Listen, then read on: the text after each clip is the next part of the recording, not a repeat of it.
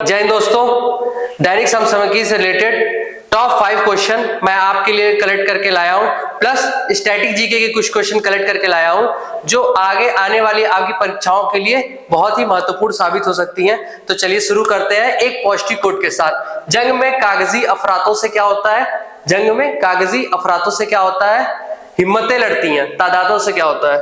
तो एग्जाम में कितने लोग फॉर्म भर रहे हैं इससे मतलब नहीं है, आप कितनी प्रिपरेशन करते हैं इससे मतलब है। तो चलिए शुरू करते हैं।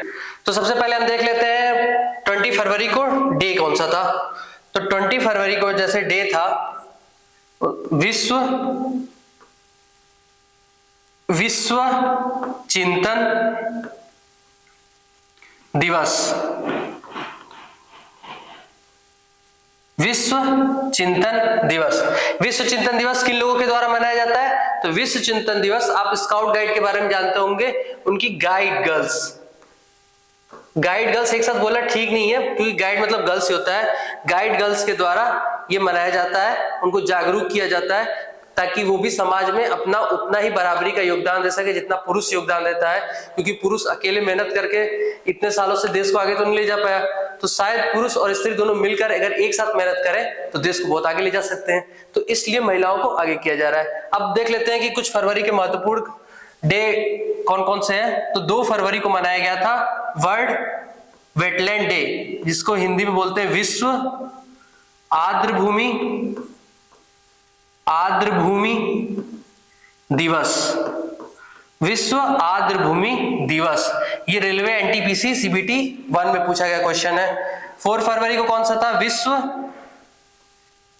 कैंसर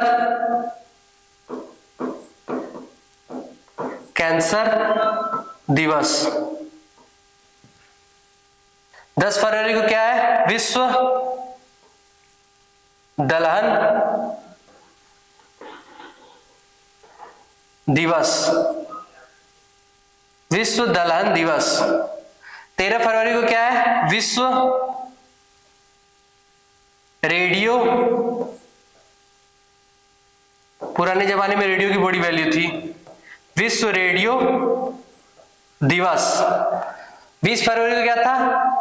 विश्व सामाजिक न्याय का क्या मतलब होता है? ताकि आपके साथ कोई भेदभाव ना कर सके, और अगर भेदभाव हो तो उसको रोकने वाले कोर्ट हो आपके सामने। विश्व सामाजिक न्याय।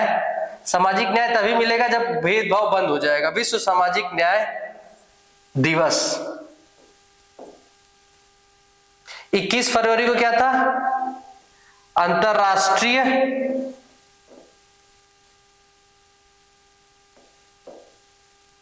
मातृभाषा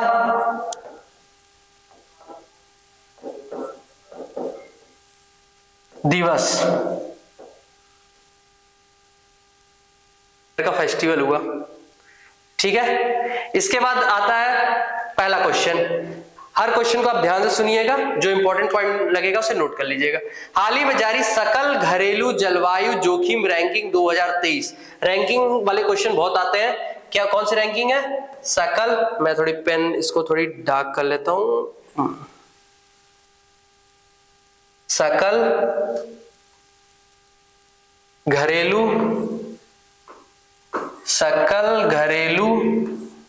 जलवायु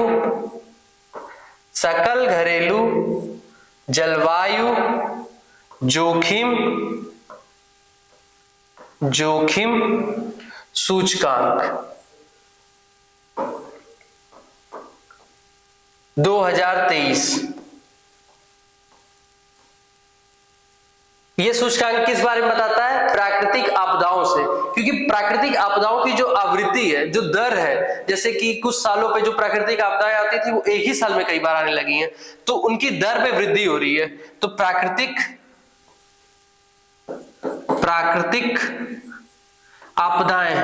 आपदाओं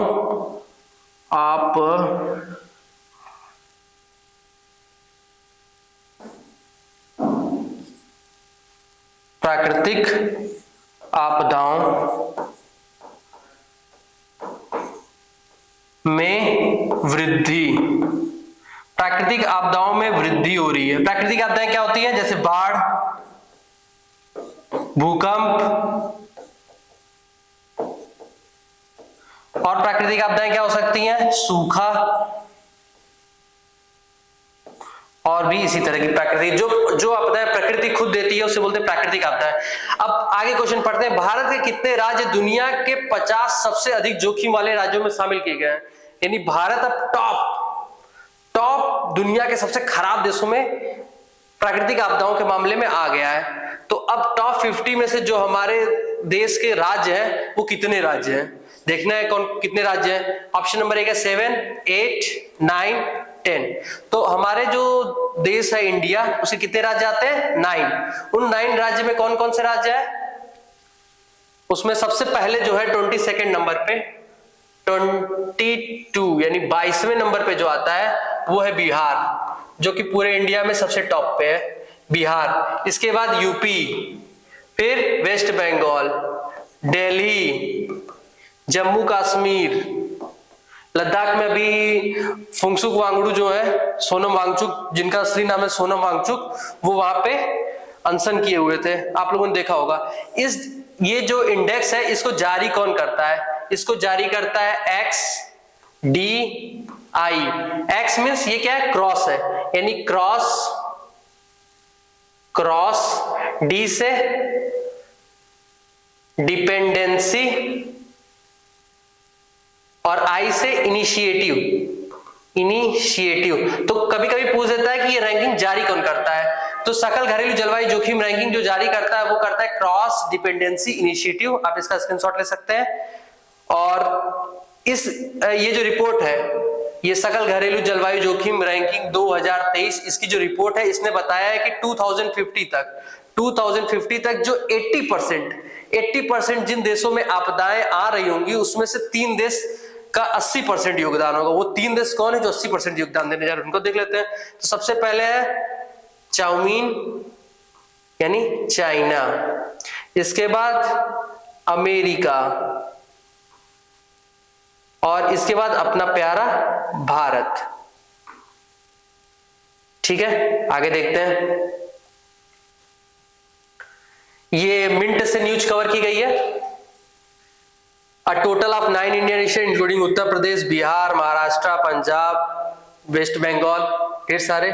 और ये ग्रॉस डोमेस्टिक क्लाइमेट रिस्क यानी आप देखिएगा जलवायु परिवर्तन प्रदर्शन सूचकांक, इसको जारी करता है JOACAN, इसका शॉर्ट फॉर्म है। इसका फुल फॉर्म नाम क्या है? जर्मन। इसका मतलब कि ये जो जारी करता है उस संस्था जो है जर्मनी से बिलोंग करती है। जर्मन वॉच एवं क्लाइमेट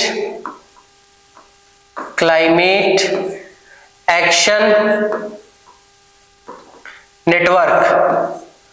और इस सूचकांक में भारत का जो पोजीशन आई है वो 8th है। कौन सी पोजीशन है? 8th। तो जलवायु परिवर्तन प्रदर्शन सूचकांक 2023 जिसे जारी करता है German watch and climate action network, इसमें भारत की जो स्थिति है वो 8th नंबर की है। इसके बाद आता है global hunger index. Global hunger index को कौन जारी करता है? ग्लोबल हंगर इंडेक्स को जारी करता है WHH यानी wealth hunger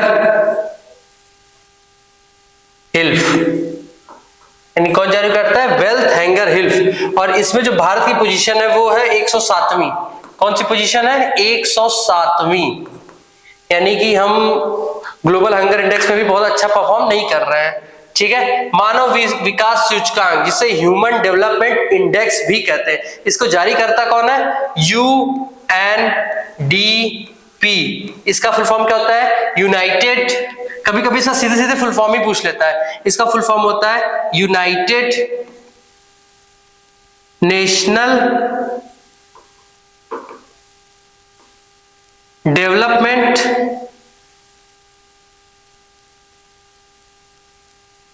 programme. United national development programme, इसमें भारत की जो स्थिति है वो कौन सी है? 132वीं।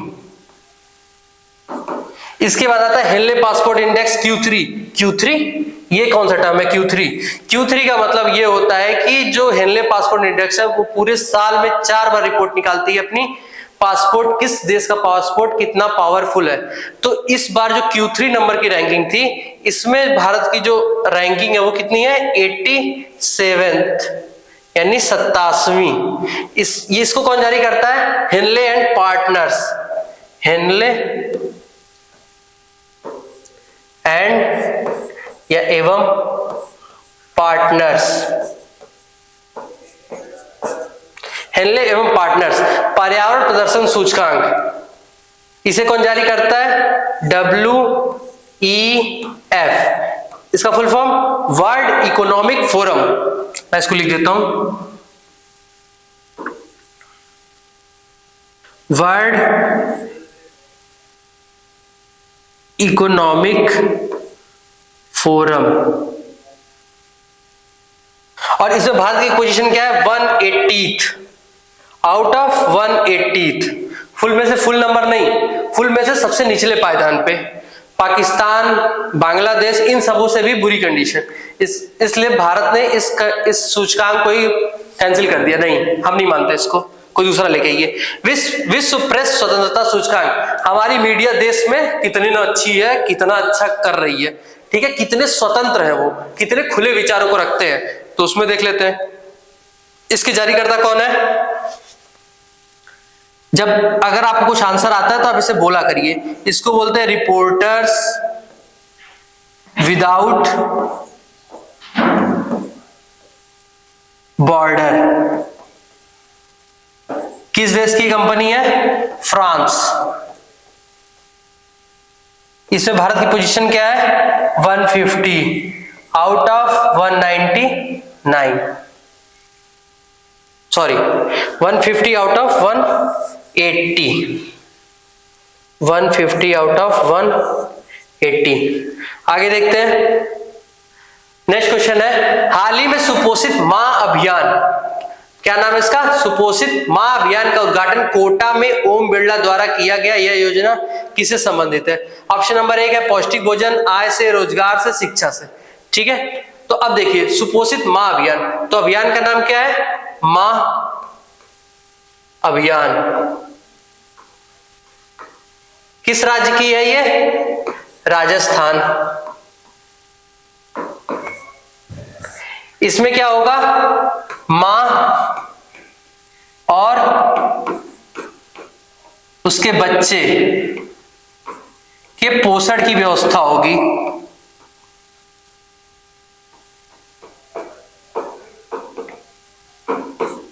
इसमें खाने के लिए एक पौष्टिक भोजन और उसके साथ जो भी बच्चों को क्या होता है कि इनको जैसे ही मतलब पैदा हो जाते हैं तो उनको इंजेक्शन लगवाना है, ये दवा खिलानी है, वो दवा खिलानी है, ऐसा भोजन चाहिए, ये पौष्टिकता है, उनको तमाम तरीके की देखभाल करनी होती है। तो उन सब चीजों को सरकार ने एक योजना बनाई है ताकि जो लोग इसके बारे में उतने भी जानकार नहीं है या फिर उतने सक्षम नहीं है कि हाई क्वालिटी की व्यवस्था करा सके, उनको सरकार व्यवस्था कराएगी। तो माँ और बच्चे के किस चीज से रिलेटेड है, पौष्टिक भोजन, पौष्टिक भोजन। कहां पे लॉन्च किया गया है, कोटा, कोटा। कौन लॉन्च किया है, क्या नाम है, ओम बिरला। ओम बिरला कौन है, लोकसभा अध्यक्ष, लोकसभा अध्यक्ष, लोकसभा अध्यक्ष। कोटा, कोटा के बारे में एक और जान लीजिए। कोटा में 3 तरीके की बिजली बनाई जाती है, जैसे कोयले से, पानी से और न्यूक्लियर रिएक्शन से। तो ये हो गया। आगे देखते हैं, तो इसमें क्या है, माल न्यूट्रिशन फ्री मदरहुड, यानी कि जो माताओं में और उनके बच्चों में कुपोषण के शिकार हो रहे हैं उनको उच्च पोषण, हाईली पुष्टाहार देना ताकि बच्चे और माँ दोनों के दोनों स्वस्थ रह सके। क्योंकि माँ और बच्चे ही अगर बीमार रहेंगे तो बच्चे ही तो आगे बढ़े होंगे, और माँ बीमार रहेगी तो बच्चा गारंटी बीमार रहेगा। तो देश आगे बढ़ सके इसके लिए माँ और बच्चे दोनों को आगे बढ़ाना पड़ेगा। 2 मार्च 2023 ओम बिरला ने लॉन्च किया है और कोटा में लॉन्च किया। 1000 pregnant women would be given food items for 1 month, यानी इनको 1 मंथ के लिए दिया जाएगा। बाकी इन बच्चों के लिए कौन कौन से टेस्ट की व्यवस्था की गई है, मेडिकल एग्जामिनेशन जैसे blood test, medical medicines, delivery और जितनी ढेर सारी चीज होती है सब कवर किया जाएगा। और जैसे कि डिलीवरी से पहले के सब है, डिलीवरी होने के बाद बच्चों को इंजेक्शन और बाकी चीजें टीकाकरण में भी हेल्प की जाएगी। इंदिरा गांधी शहरी रोजगार गारंटी योजना, ये तीनों की तीनों राजस्थान की महत्वपूर्ण योजनाएं हैं। इसको ध्यान से देख लीजिए। राजस्थान के सीएम कौन है?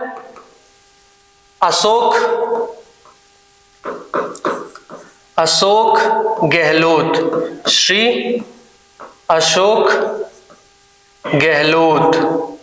यहां के गवर्नर कौन है? श्री कलराज मिश्र, श्री कलराज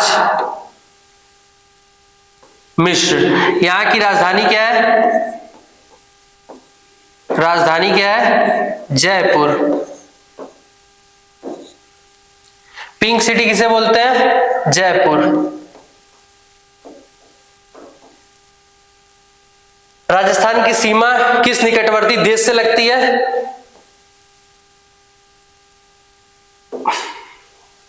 किस देश से लगती है? आतंकवादी इंस्टीट्यूट ऑफ टेक्नोलॉजी, पाकिस्तान। ठीक है, तो अब मैं आपको योजनाएं बता देता हूं, इसको थोड़ा रफ कर दूं।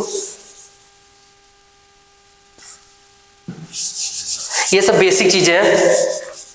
अगर आप तैयारी शुरू की है तो ये सब चीजें दिमाग में बैठाना शुरू कर दीजिए। डेली धीरे धीरे करते करते ये सब चीजें आपको याद हो जाएंगी। इंदिरा गांधी शहरी रोजगार गारंटी योजना, इसमें क्या है? शहरी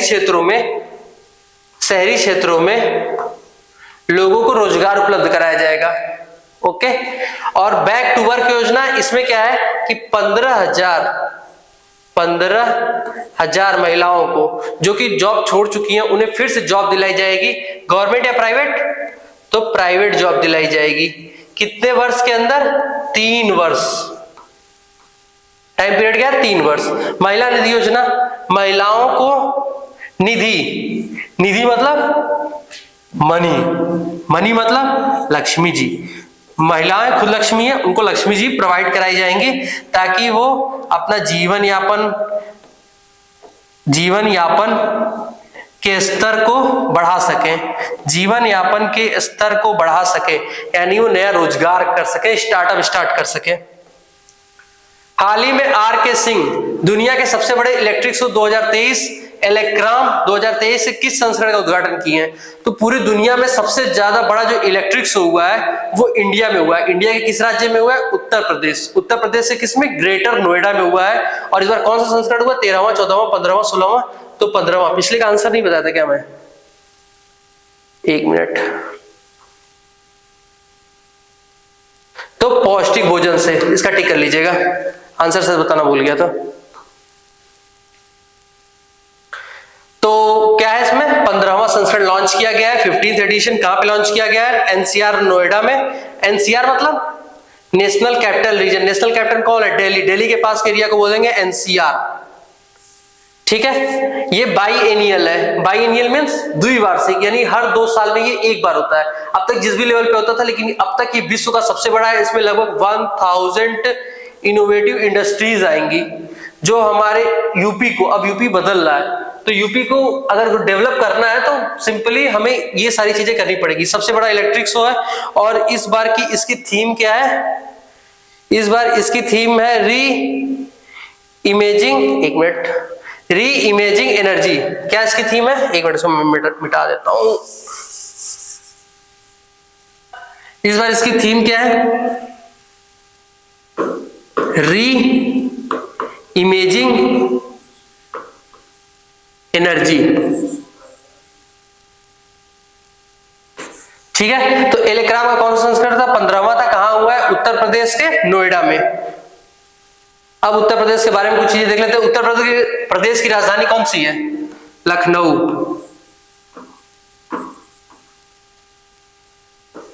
जिसे नवाबों का शहर भी कहते हैं। मुख्यमंत्री कौन है यहाँ पे? योगी जी, आदित्यनाथ योगी। ये यूपी कांस्टेबल में पूछा गया क्वेश्चन है कि योगी आदित्यनाथ किस संप्रदाय से बिलोंग करते थे? तो नाथ संप्रदाय। ये क्वेश्चन देखने में इजी लग रहा है, बट जब ये इसके ऑप्शन आए थे ना तो सब लोग गलत मार देते। ऑप्शन क्या क्या थे? पहला ऑप्शन नाथ संप्रदाय, दूसरा था योगी संप्रदाय, तीसरा था आदित्य संप्रदाय, चौथा था हिंदू संप्रदाय। 2018 की यूपी पुलिस में आया क्वेश्चन है। दुधवा राष्ट्रीय उद्यान उत्तर प्रदेश का एकमात्र राष्ट्रीय उद्यान, दुधवा राष्ट्रीय उद्यान, और उसके साथ साथ उत्तर प्रदेश में 3 टाइगर रिजर्व है। Dudhwa tiger reserve, Pilibhit tiger reserve, Amangarh tiger reserve. Okay, Uttar Pradesh के कुछ प्रमुख शहर है जिनको कुछ उपनाम से जाना जाता है, तो वो आप देख लीजिए, ये भी एग्जाम में बहुत पूछा जाता है। सुरमा नगरी, सुरमा सुरमा सुरमा से कोई गाना याद आ रहा है? झुमका गिरा रे, पता नहीं, मुझे नहीं याद आ रहा। ये बरेली है। खुशबू का शहर कन्नौज। अब खुशबू का शहर समझ में आया, फूलों का उत्पादन ज्यादा होता होगा, परफ्यूम बनता है। काशी की बहन कौन है? गाजीपुर। इसके बाद नवाबों का शहर कौन सा है? अपना लखनऊ। मुस्कुराइए आप, लखनऊ में है। उत्तर भारत का मैनचेस्टर कौन है? कानपुर। कानपुर किस नदी किनारे है? गंगा। मंदिरों एवं घाटों का शहर वाराणसी। ये पेट में क्वेश्चन पूछा गया क्वेश्चन है। इसके बाद पवित्र नदी कौन सी है? मां गंगा। इसके बाद पेठा नगरी आगरा। ताला नगरी अलीगढ़, आप लोग को दिख रहा होगा अलीगढ़। इसके बाद राष्ट्रीय राजमार्गों का चौराहा कानपुर, यहां से जीटी रोड भी होके जाती है, आप इसका स्क्रीनशॉट ले सकते हैं। हाल ही में 10 दिवसीय 18 फरवरी से लेकर कब तक? 18 फरवरी से स्टार्ट हुआ है और 27 फरवरी तक चलने वाला ये ताज महोत्सव उत्तर प्रदेश के किस जिले में हुआ है? मथुरा, गाजियाबाद, हरिद्वार, लखनऊ। और एक और ऑप्शन जोड़ लीजिए, आगरा। आगरा तो लिखे ही नहीं है, आगरा। ताजमहल कहाँ है? आगरा, तो आगरा ही ऑप्शन सही है। ठीक है, तो 18 से लेकर कहां तक? 27 फरवरी तक ताज महोत्सव जो है आगरा में स्टार्ट किया गया है। तो इस महोत्सव की खासियत क्या है कि इसमें 300 अलग अलग कारीगर आसपास के राज्यों से, जैसे कि जम्मू कश्मीर से, उत्तर प्रदेश से, बिहार से, दिल्ली से, पंजाब, हरियाणा, इस सब जगहों से आएंगे ताजमहल के पास। और इनका एक मेला का आयोजन किया गया जहां तरह तरह की दुकानें लगेंगी, तरह तरह की कलाकृतियां लगेंगी, लोग अपनी कला का प्रदर्शन करेंगे। जैसे खाने पीने की चीजें होती हैं, कुछ क्राफ्ट होता है, हैंड क्राफ्ट होता है, ये सारी चीजें रहेंगी। आप वहां से कुछ नमूने ले सकते हैं भोजन के, या फिर आप कोई कलाकृति मान लीजिए पसंद आ गई तो आप उसको खरीद सकते हैं। ऑक्शन जैसी चीजें भी होंगी, एक हाट लगेगा। एक अब इससे फायदा क्या होगा कि वहां आसपास का एक टूरिस्ट अट्रैक्शन बनेगा, जिससे सारे कारीगर तो आएंगे ही आएंगे, बल्कि देश विदेश से जिनको कला में बहुत ज्यादा इंटरेस्ट होता है वो लोग भी आकर्षित होंगे। तो लोगों के आकर्षित होने से क्या होगा कि टूरिज्म बढ़ेगा। टूरिज्म कहीं ना कहीं हमारे जीडीपी को फायदा करती है। ये हमारा ताजमहल है। ताजमहल की जगह है आगरा में। ये देखिए जिलेबी छान रहे हैं, और ये हैंडक्राफ्ट सब दिख रहा होगा। जब दिखता है तो मन करता है घर में ही लगा दे। 18 फरवरी से लेकर 27 फरवरी तक ताज महोत्सव। अब देख लीजिए कुछ प्रमुख त्योहार और महोत्सव जो कि इंडिया में मनाए जाते हैं, जो कि एग्जाम के प्रीवियस एग्जाम में पूछे जा चुके हैं और आगे भी एग्जाम में पूछे जाने की संभावनाएं हैं। सोलंग त्योहार। अब देखिए सोलंग, इसको याद करने की ट्रिक बता देता हूं। सोलंग, इसको सोच लीजिए कि 100 लोग मिलकर भी प्यार करने वालों को अलग नहीं कर सकते। तो प्यार करने वालों को अलग नहीं कर सकते। प्यार करने वाले कौन सा प्रदेश है भाई? अरुणाचल, यानी अरुण और आंचल के प्रेम को 100 लोग मिलके भी अलग नहीं कर सकते। तो सोलंग अरुणाचल। यो सॉन्ग किसका है? मणिपुर। जो अच्छा गाना गाएगा उसे मणि मिलेगी, मणिपुर। यो सॉन्ग मणिपुर। लो सॉन्ग, लो मीन्स LO, लो सॉन्ग का मतलब क्या हुआ कि अगर किसी को पैसे दोगे नोट में तो हाई सॉन्ग गाएगा, और सिक्के दोगे तो लो सॉन्ग गाएगा। सिक्के दोगे मतलब सिक्किम। कैपिटल क्या है? गैंगटॉक, यानी गंगटोक। लोसर ये कहां का त्योहार है? लद्दाख। लद्दाख में मनाया जाने वाला त्योहार है। सरहुल, सरहुल अगर नहीं दिख रहा तो मैं लिख देता हूं फिर से। सरहुल, सरहुल मतलब सर हुल, यानी इसको राहुल समझ लीजिए, इसको समझ राहुल। राहुल जो है वो कहां छुप जाता है? झाड़ियों में। यानी ये त्योहार कहां मनाया जाता है? झारखंड। ठीक है, ये सब चीजें अभी आप एक बार और देख लेंगे तो आपको याद हो जाएगा। केला महोत्सव किस प्रदेश में मनाया जाता है? अपने उत्तर प्रदेश, यूपी। एप्पल महोत्सव कहां मनाया जाता है? जम्मू एंड कश्मीर। कंचोत महोत्सव कहां मनाया जाता है? कंचोथ महोत्सव मनाया जाता है जम्मू एंड कश्मीर। ये कंचोत जो शब्द है ये करवा चौथ से मिलकर बना हुआ है, जिसमें औरतें जो है अपने पति की दीर्घायु के लिए व्रत रहती हैं। ये जम्मू कश्मीर का बहुत फेमस महोत्सव है और ये एग्जाम में पूछा जा चुका है। कंगाली बिहू, बोहाग बिहू, भोगली बिहू, कटी बिहू। आज नई बहू आती है तो लोग उसे कहा एकदम उसको आसमान में उठा के रखते हैं। सब लोग उसको आसमान में उठा के रखते हैं कि बहू आई है, बहू आई है, उसको इज्जत देते हैं ना। तो बहू आसमान में, तो मतलब आसाम या असम। असम का त्योहार है कंगाली बिहू, बोहाग बिहू, भोगली बिहू, कटी बिहू। आगे देखते हैं। दुनिया, नेक्स्ट क्वेश्चन है और अंतिम क्वेश्चन है। दुनिया की सबसे ऊंची फ्रोजन लेक मैराथन कहां हुई है? Frozen lake marathon. Frozen lake क्या होता है कि लेक के ऊपरी एरिया जो है वो जम जाता है और नीचे का वाटर ऐसे ये रहता है, और ये इसका टेम्परेचर कितना होता है? 4 डिग्री, जिसकी वजह से उसके नीचे की मछलियां मरती नहीं है। किस देश में हुआ है? रूस में, भारत में, ग्रीनलैंड में, अलास्का में। तो ये हुआ है भारत में। भारत के किस एरिया में हुआ है? लद्दाख में। लद्दाख क्या राज्य है कि यूनियन टेरिटरी? तो यूनियन टेरिटरी है। तो वहां पे सीएम और गवर्नर नहीं होंगे। कौन होंगे? एलजी। एलजी की टीवी नहीं होगी, लेफ्टिनेंट गवर्नर। लेफ्टिनेंट गवर्नर कौन है? ब्रिगेडियर। लेफ्टिनेंट से याद लीजिए ब्रिगेडियर, लेकिन कहीं और एलजी में मत मार दीजिएगा। Brigadier BD Mishra. ये हिंदी इंग्लिश दोनों थोड़ा ठीक है, बाइलिंगुअल है, कोई दिक्कत नहीं। ब्रिगेडियर बीडी मिश्रा, ठीक है। और ये किस लेक पे हो रही है? पैंगोंग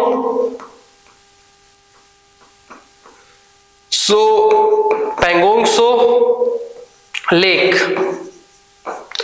इसके बाद नेक्स्ट देखते हैं कुंस्योम योजना। इसमें क्या है कि जो लोग दिव्यांग होंगे, दिव्यांग, उनको सरकार 90% तक उपकरणों में, जैसे क्या दिव्यांग लोग कुछ कुछ उपकरण यूज करते हैं, सहायता प्रदान करेगी।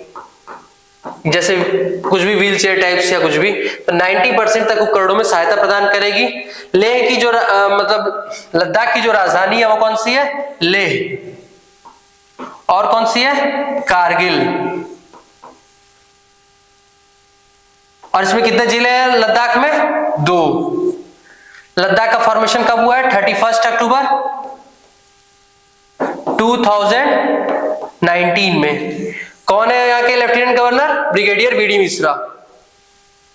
अभी लद्दाख में सोनम वांगचुक उस पे थे, धरने पे, ठीक है। अब एक बार जितने भी आज हम क्वेश्चन पढ़े उनका एक बार रिवीजन कर लेते हैं। हाल ही में जारी सकल घरेलू जलवायु जोखिम रैंकिंग 2023 में भारत के कितने राज्य दुनिया के 50 सबसे अधिक जोखिम वाले राज्यों में शामिल किए गए हैं? तो 9 राज्य, जिसमें बिहार जो है वो 22 नंबर पे है। 2050 तक 80% जो योगदान होगा वो भारत, चीन, अमेरिका मिलकर कर देगा। और ये हम अगर हम अपने जलवायु को नहीं बचाएंगे तो फिर अब हमें भी कोई नहीं बचा पाएगा। हाल ही में सुपोषित माँ का अभियान का उद्घाटन, सुपोषित माँ अभियान का उद्घाटन कोटा में, राजस्थान के कोटा में ओम बिरला द्वारा किया गया। यह योजना किससे संबंधित है? तो माँ और बच्चा के पोषण से संबंधित है, उनको पौष्टिक भोजन कराने से संबंधित है। हाल ही में आरके सिंह, दुनिया के सबसे बड़े इलेक्ट्रिक शो 2023 जो कि द्विवार्षिक है, इलेक्ट्रॉन 2023 के किस संस्करण का उद्घाटन किया? 15 नंबर के संस्करण का। उत्तर प्रदेश के ग्रेटर नोएडा में इसका उद्घाटन किया गया है, जिसमें 1000 से ज्यादा इनोवेटिव कंपनियां आएंगी। हाल ही में 10 दिवसीय ताज महोत्सव उत्तर प्रदेश के किस जिले में मनाया गया है? आगरा।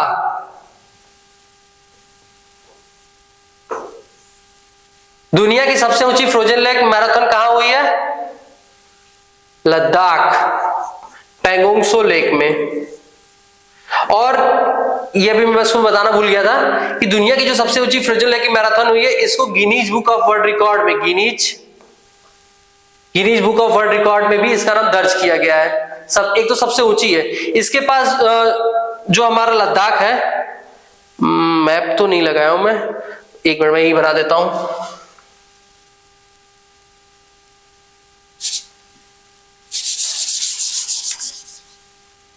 लद्दाख कुछ इस तरह का एरिया है, इस तरह का। यहाँ पे जो सियाचिन ग्लेशियर है वहां का तापमान -50 डिग्री सेल्सियस होता है, और ये पूरी दुनिया का सबसे ऊंचा युद्ध का मैदान है। इसको बोलते हैं सियाचिन ग्लेशियर। इसके बाद आज का क्वेश्चन देख लेते हैं। IATS का फुल फॉर्म जो मैं पिछली वीडियो में बताया हूं, आप इसे कमेंट बॉक्स में दे दीजिएगा।